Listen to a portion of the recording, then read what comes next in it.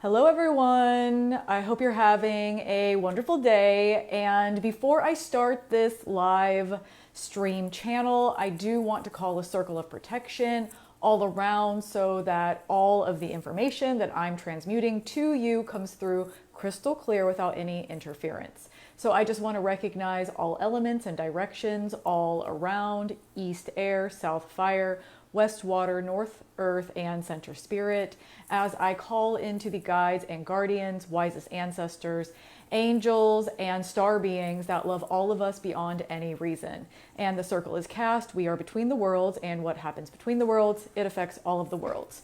Okay, so how you doing? This energy has been interesting. I wanted to come in with an update and a post Lionsgate kind of the residual aftermath of what's happened after Lionsgate. So, right now there's a lot popping off. We've got Jupiter and Mars are conjunct today in the Taurus constellation. And yes, I think that can be seen as maybe rage coming up or more energy, but I really see it as being able to transmute those deep-seated frustrations within you so that you can actually see what steps you need to take next.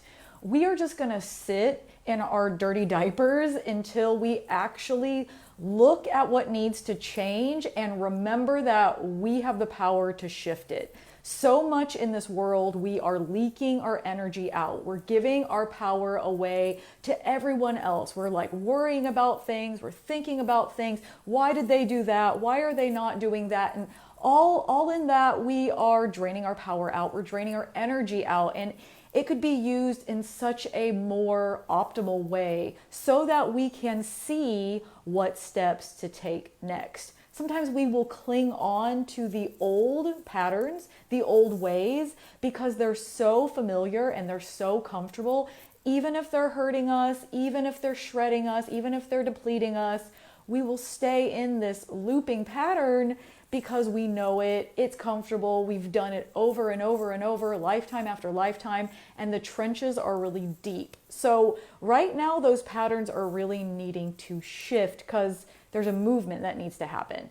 There is a momentum that's building. Eventually, a direction is going to need to be chosen, and we can't stay in the liminal space forever.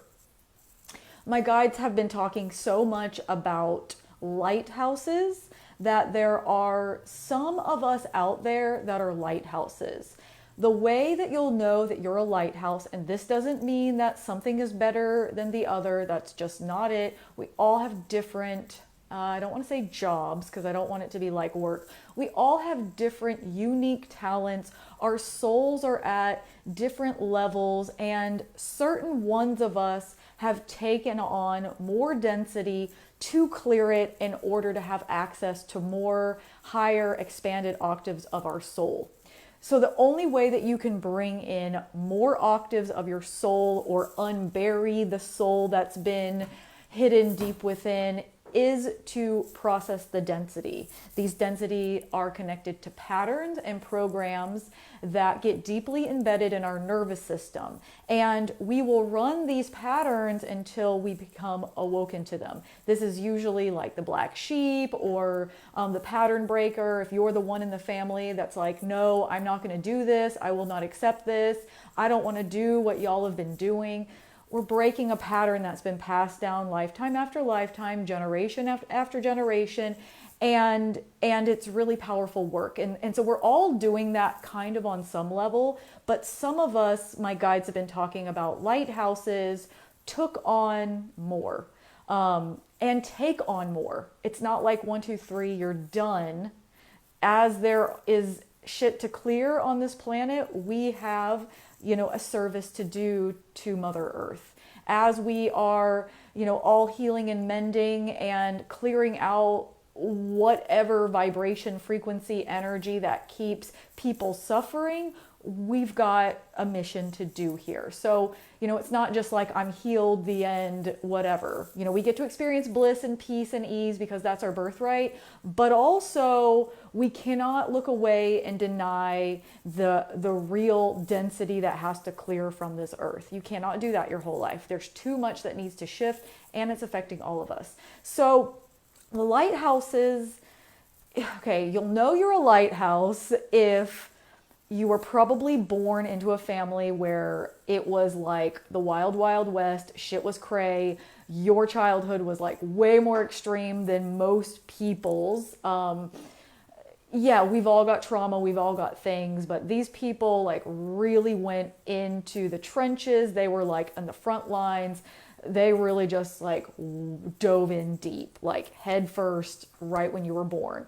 You probably find that you are operating at a deeper level than other people. You might be able to see karma, you might be able to see ancestors, like you are operating in different realms of reality.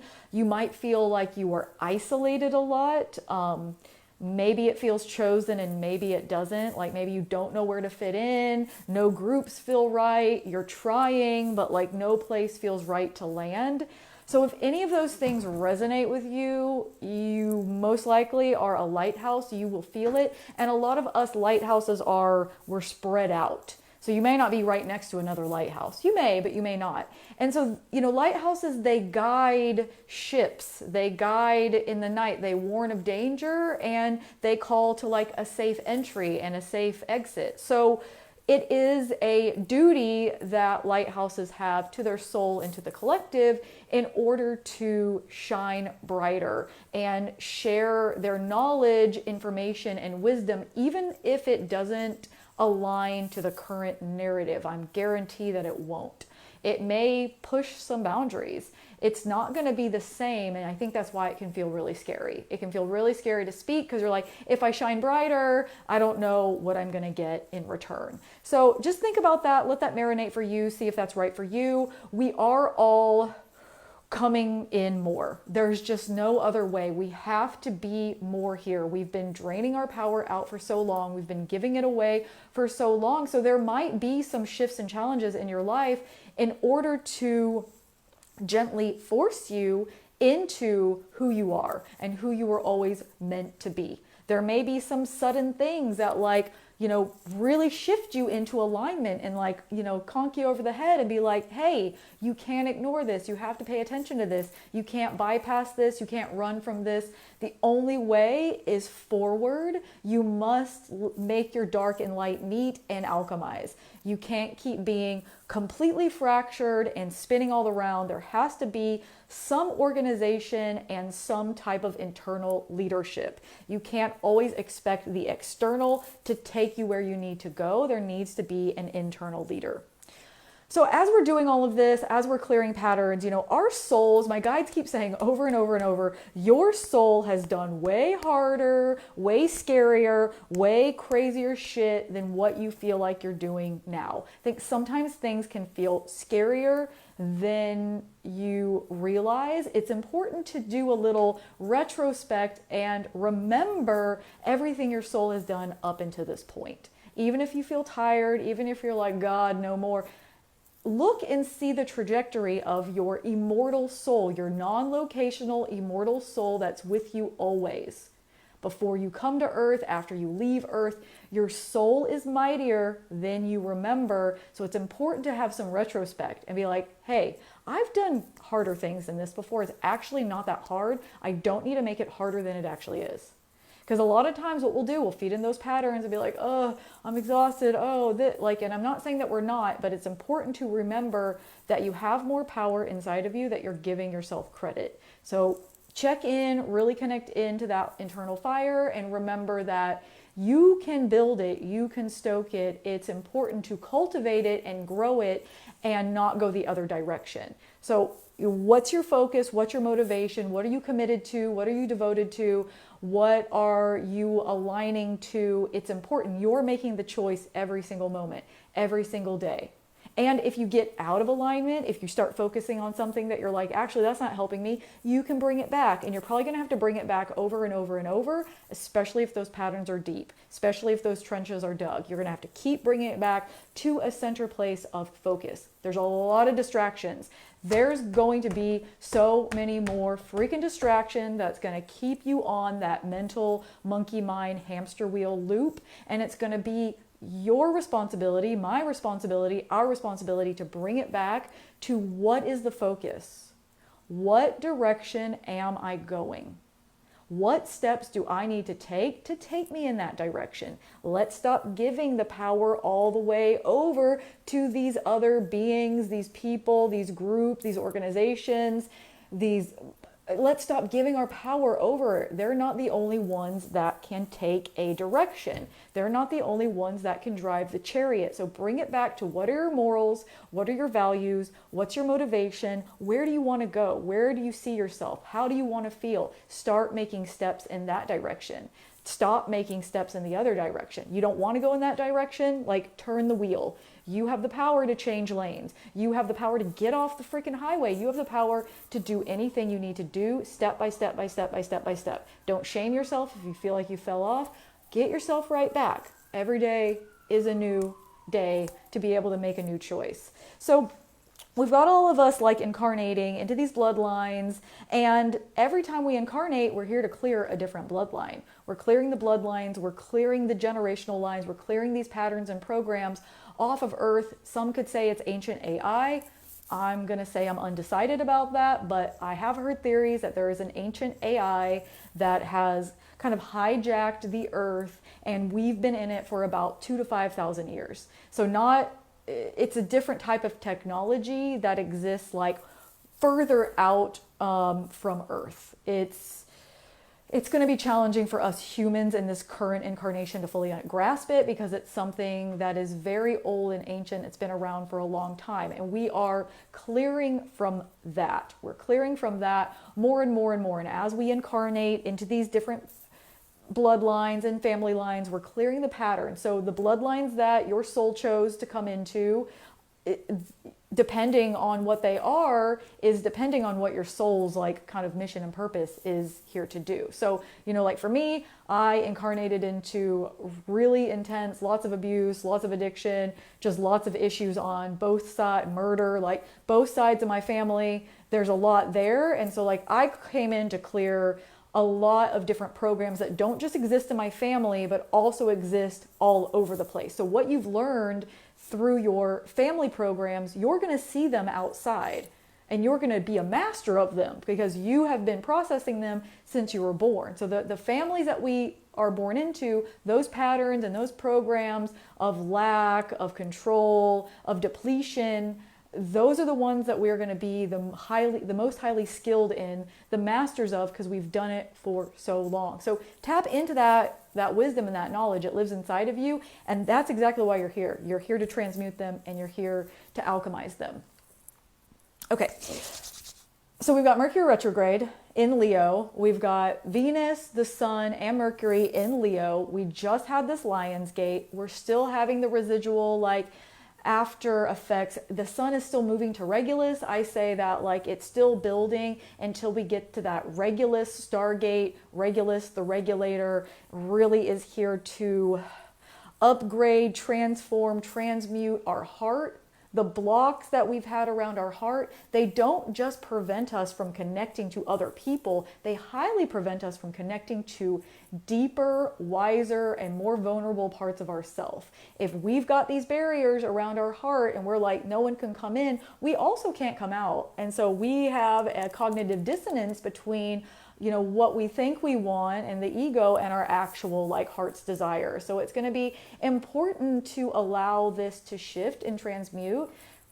Walks are amazing. Do breathing, really connect to this area of your body, stand in the sun. It's going to be important to allow these initiations, these alignments, these adjustments to take place, and to give yourself the things that you need. Stretch your body, move your body, be gentle, but still move. Get in the sunlight. Like, even if you don't want to be around people, still go outside and at least go someplace where you can get some fresh air, connect to trees, connect to nature. It's going to really serve you to do that versus like hole up and be constricted and just stare at a screen. It's really not going to help.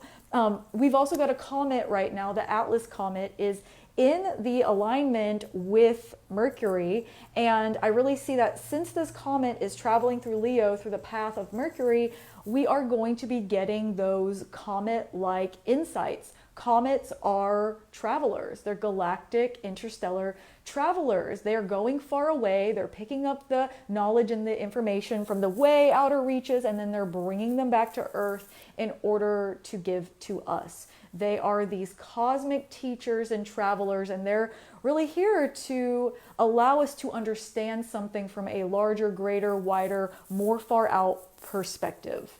This comet that's traveling with Mercury is known as the Great Comet.